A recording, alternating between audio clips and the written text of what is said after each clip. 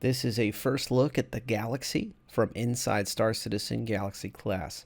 The Robert Space Industry Galaxy has been something that has been rumored off and on, spoken in the halls of many fans' quiet voices. But many people wondered, is this a thing? Is this going to not be a thing? Is it truly modular? Well, we found out it is modular, and it is certainly a thing, and it's a concept that's coming up very, very soon, likely on RSI Day of IAE. Let's get right into the excerpts that really caught my eye. With true modularity that has different sections of the middle of the ship that can be changed out to support significant and real gameplay loops. It is built on the same kind of ethos as the Connie, but it's scaled up to a larger crew size. The Galaxy has a very industrial feel compared to previous iterations, and the Constellation is a prime example. It has far less focus on its combat capabilities. It's not a warship, so it's not bristling with guns, but it's got what it needs. We were just going for a ship that when you saw it, it just looked like you want to just get together with your friends, get that thing off the ground, turn it around and just fly as far as you can. What you saw there was little hints of the refinery, cargo, and medical modules for this ship. One thing you're not going to hear in this entire video is, oh, when you buy it, here's the modules that come with it, or we're going to have them split up so you can buy the cargo variant, the cheapest, and the refinery, the second cheapest, let's say. Obviously, I'm coming up with just random examples, but it would have been nice to hear that. It is interesting to see John Crew coming in and talking about this ship, mainly because he has been vehemently anti-modularity in multiple pillar talks and other IS inside Star Citizens, and before that, Star Citizen Lives, talking about how modularity was a terrible idea and the multiple other ships that have it shouldn't have happened. And, and he cited one of the examples being the Harbinger hoplite, the drop pod version variant of the Vanguard, and about how it couldn't be modular, and everybody was upset about that. And the other Vanguards obviously are modular, with the center core being able to be taken out. But I believe that him showing his support for this Galaxy, coming out to speak about the benefits of it, and also the 600i Touring and Explorer editions being slowly but surely going through the pipeline and being worked on, and we have seen some very nice renders of, I kind of think that I'm seeing a softening, a signal from CIG, whether, whatever their opinions may be, overall the organization wants to go back to modularity. You're going to hear in this video that one of the reasons was Pyro being cited. Long-range expeditions with a group of friends who are mostly industrial-minded or utility-minded that suddenly need all these different versions of a ship out in the verges and edges of space. Suddenly having a dedicated refinery vessel is not necessarily mission-critical, but where one day you might need a refinery, that night you might need a medical facility, and then the rest of the next day when you're only two of you maybe together, you're just cargo hauling small amounts of stuff. And this is where the Galaxy, I believe, is going to excel, in those longer range expeditions into Pyro and out of Pyro back into Stanton, and in support of those operations. I also see it as more of an org ship than the Connie, where the Connie is kind of just, you pal around with up to two of your friends. You may deliver some things with a Taurus, or you might do some VIP adventures with your friends in a Phoenix, just screwing around and having a good time. And all of the Connies can defend themselves relatively. Taurus a little worse. However, this Galaxy, they emphasize it is not a military vessel. It is not built for that. It is more like the mindset of the Connie. It can fight, but not overbuilt for that need. So do bear that in mind, that I think an org that can kind of band this together with other ships suddenly would see a lot of value in this ship. And you'll see why in a moment. It actually has a hangar on board. There's enough room in there to get your accommodation for your 6 players, all your functional habitation and recreation and all your kind of crew positions and everything. There's enough room to do that and have these cool extra wide corridors with a nice architecture. Starting at the bridge, it's a central bridge that looks down onto the main part of the ship. Directly behind that, in the top deck, you have the habitation section. So you'll have a shared habitation space, and then moving further back, you have individual bedrooms, as well as the captain having their own office as well as bedroom. Behind that, you have the engineering section that looks down onto the hangar area, and it's probably one of my favourite parts of the ship because it has a nice look down onto the actual hangar, which is a rear loading hangar, which is really cool in my opinion. The floor beneath that is where the module is, within the center of the ship. It's a relatively large space for the different modules you might need. And directly connecting to the module section, there's the hangar. So the 3 modules that are available are a cargo module, which increases the cargo capacity of the ship significantly. There's a refinery module, which it's got a sweep mechanism with the underneath where the cargo ramp opens, and we've got the saddlebag deposit. So this thing's going to work really well with something like a prospector. And then the last one is a medical module. The medical module is split into 2 halves. So in the very center, there's a lift that'll bring you up, so if there's anyone injured in a vehicle, you can get them straight into the actual medical wings. Alternatively, you can use the hangar at the back to fly someone in and unload them into the actual galaxy. Inside the actual medical wing, you have an assortment of different tiered med beds for whatever injury the person might have sustained. So you heard it here first. No, you didn't. You heard it in the video, of course. But thank you for coming on to this video, too. Don't forget to subscribe if you haven't already. Thank you to my long-time subscribers. Okay, rear loading hangar. So this is actually something really cool, and I think it would tie in well with those brand new C8R Pisces a lot of us have. Another video coming up on that very soon. But the ability to have a Tier 3 med bed in a Pisces loaded into the back of the ship, or, as they cited, the elevator, which is the central piece if you're looking at the medical work in progress image, that whole floor will lower a lot like a Connie. So that's basically what I think is inspiring it. And you will be able to load in from a vehicle people that need help. I think it's not a coincidence that it's an elevator larger than what you'd expect for a person, because in theory you could even put a gurney down there. Or let's say you just need to get medical supplies, like a whole pallet load of medical supplies. And one of the concept images in this video, they show a couple pallets of medical supplies coming up on that elevator. I think it's actually a great idea to have these utility-minded, very utilitarian facilities. There are 2 main rooms in the medical facility, and then in the cargo area, the elevator is actually well suited. It's dead center of the room again, and then there's these gantries that are above that are using tractor beams to move larger than what we're used to cargo containers around the room to the sides and then lock it in. The rear-facing hangar is a nice touch. It also, once again, goes back to the idea of the snub Connie, the snubs that the Connies have. However, having a full-scale hangar, as you saw in the shots that we just watched, you can see that they have an MPUV cargo. You can also have an MPUV personnel that could carry a whole squad of people around. Suddenly, ships that don't have QD drives are very useful. Suddenly, a Pisces, a very small ship, can go really far. And you can send that ship in to risk itself to go save the downed player with a beacon instead of the entire galaxy. And as you heard at the beginning of this intro, you're talking about a 6-player HAB ship here that you have.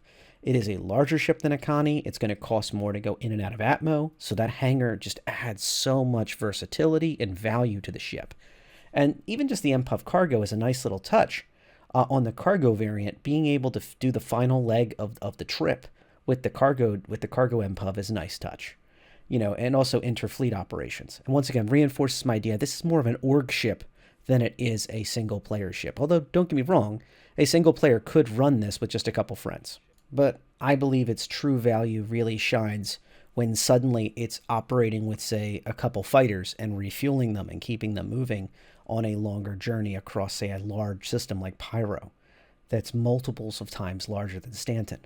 Or being able to operate the two large medical rooms that you're dealing with on the galaxy, and being able to have that Pisces interoperate with the galaxy. A C8R would be perfect for this ship.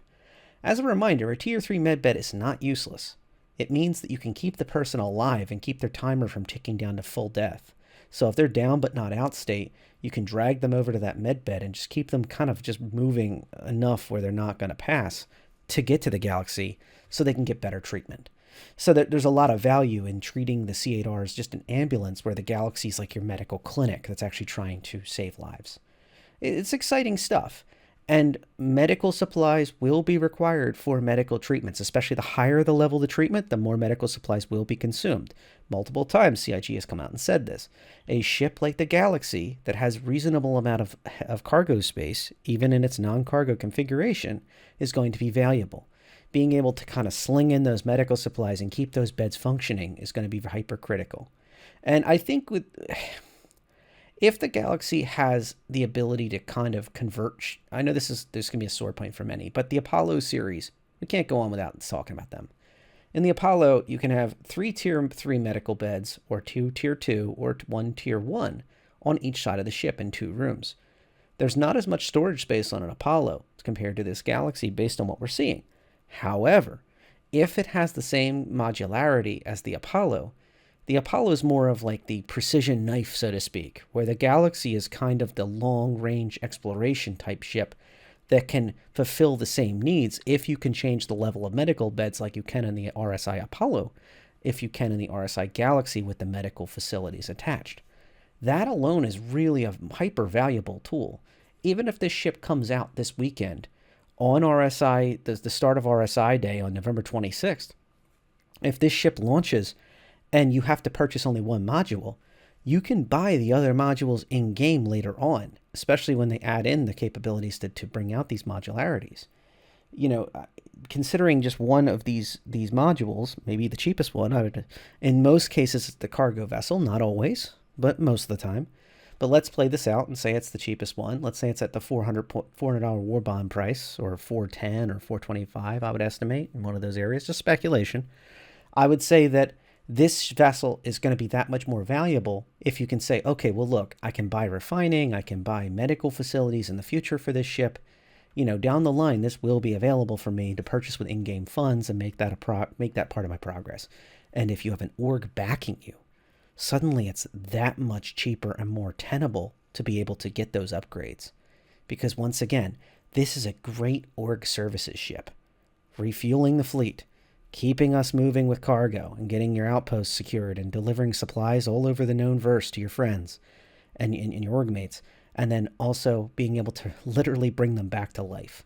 That is an incredible combo. And you get to pick and choose the Swiss Army knife you bring to the table each day.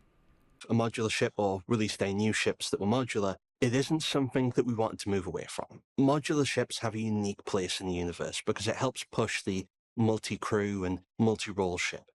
It's part of the reason why there's been less emphasis on multi-role ships in the universe recently. Now that we're getting closer to being able to deliver it, it's something we want to start revisiting again. The RSI Galaxy is perfect for a group of friends who want to be able to try lots of different aspects of the game and not limit themselves to one individual part, who one day might decide that them and all their friends are going to go out and do a load of mining and refining, making lots of money from gathering resources. But then the next day might decide that they want to do some cargo hauling across the verse, so they go from one system to another, transporting huge amounts of goods. The next day they might decide that them and their friends want to have a battle, so they need someone to be able to heal people. It's a ship that allows them to experience the most of the game without limiting themselves.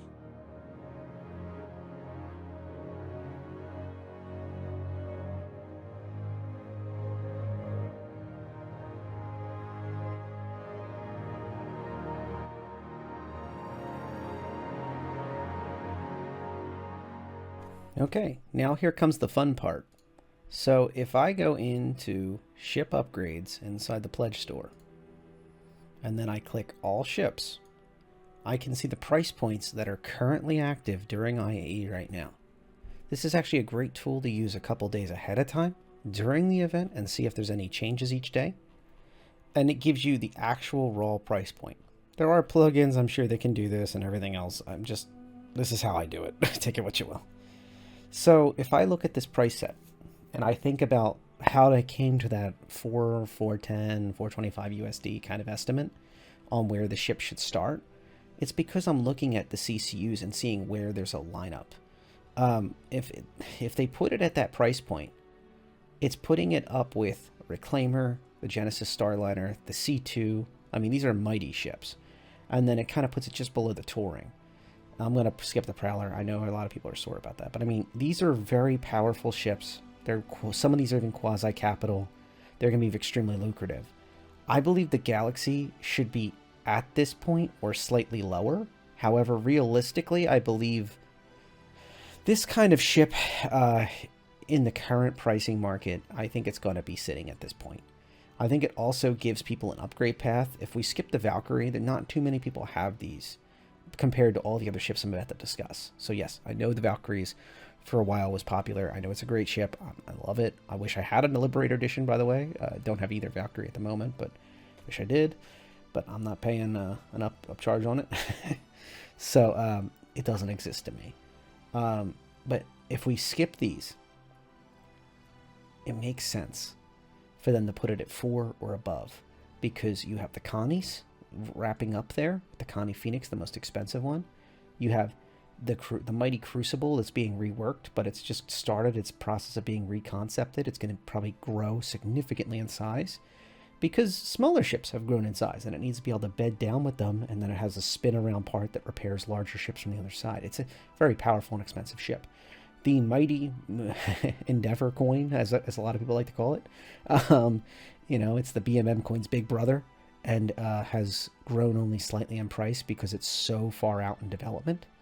The Glaive, which I doubt anybody, unless you're given one of the referrals, I doubt anybody's just going to trade that in, but it does exist. And then also at the 350 price point, once again, the Connie Phoenix, you got your Hull C, you got the Star G, you got the Cats, the Redeemer, and then you start going into the 315 point with the Moles and the Aquila. And let's just wrap it up here with the Starfarer and the Eclipse. That is a significant, I'm not imagining many people are going to do Scythes, but anyway, if they put it at the 4 point or above, suddenly they can guarantee that most people pledging up through the CCU chain are going to spend about 50 USD additional. And remember, if it's a war bond to kind of really encourage people to spend new income, it's going to be, I think, a pretty good spot for them to put it in. It's supposed to be bigger than a Connie, so they compared it as the Connie's big brother. So they can't possibly put it below the Phoenix or put it at the Phoenix price point. It's just not practical. Also, because of the ship's scale and complexity, having a small, an extra small hangar like that, having the ability to do all these different modules, even if you don't get all of them included in one purchase, I can see it as something at the 400 USD price point or slightly above. Remember, the pricing has not changed on some of these in a while. That's going to do it for this first look on the Galaxy. I hope with bated breath to see good pricing on this one and some really interesting CCU chains. I can't wait to hear what people have to say. And if you want to talk with me, fly with me, feel free. I've been on the show floor, only ran into one person so far that I kind of had a good conversation with, but really good event, really exciting. And here's to brighter and better. Always remember, if you're going to CCU to a concept, you can hang on to the CCU, not apply it. And then if you decide that the ship isn't working out the way you wanted or whatnot, you can enjoy the ship you were going to CCU from, kick the CC to buyback, or only apply it after that fact so you can enjoy it. Also remember to check this loaner matrix and be sure before you apply a CCU that the loaners that are offered are what you're looking for. You will lose the access to that original ship, and you will gain this concept ship until it's released for real. And in that, there's this loaner matrix that I'll include in the description below that will tell you the ships that you will have access to as your loaners. You can't name loaners. You can use them every other which way, though, as your own vehicle, fit them up with different modules, etc. I have some ships on my list I forget all the time are loaners because there's very little difference. Only the 300i series with its conversions and such have some put a fly in that ointment where you can't customize them. But yeah, so very cool stuff. Can't wait to hear more about it. And thanks for sticking around on this one. Fly safe.